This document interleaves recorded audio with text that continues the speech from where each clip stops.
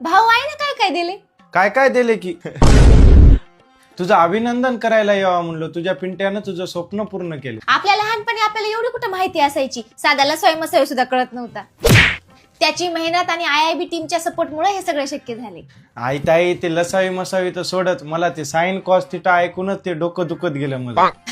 ते जाऊ दे, आपले स्वप्न आहे की नाही, आपली पुढची पिढी पूर्ण करायली की नाही, त्याच्यातच आपला आनंद आहे. आपल्याला आणखी काय पाहिजे? मग पिंकी बी म्हणाली तिला इंजिनियर बनायचंय, पण तिला कळत नचले की कोणता क्लास लाव.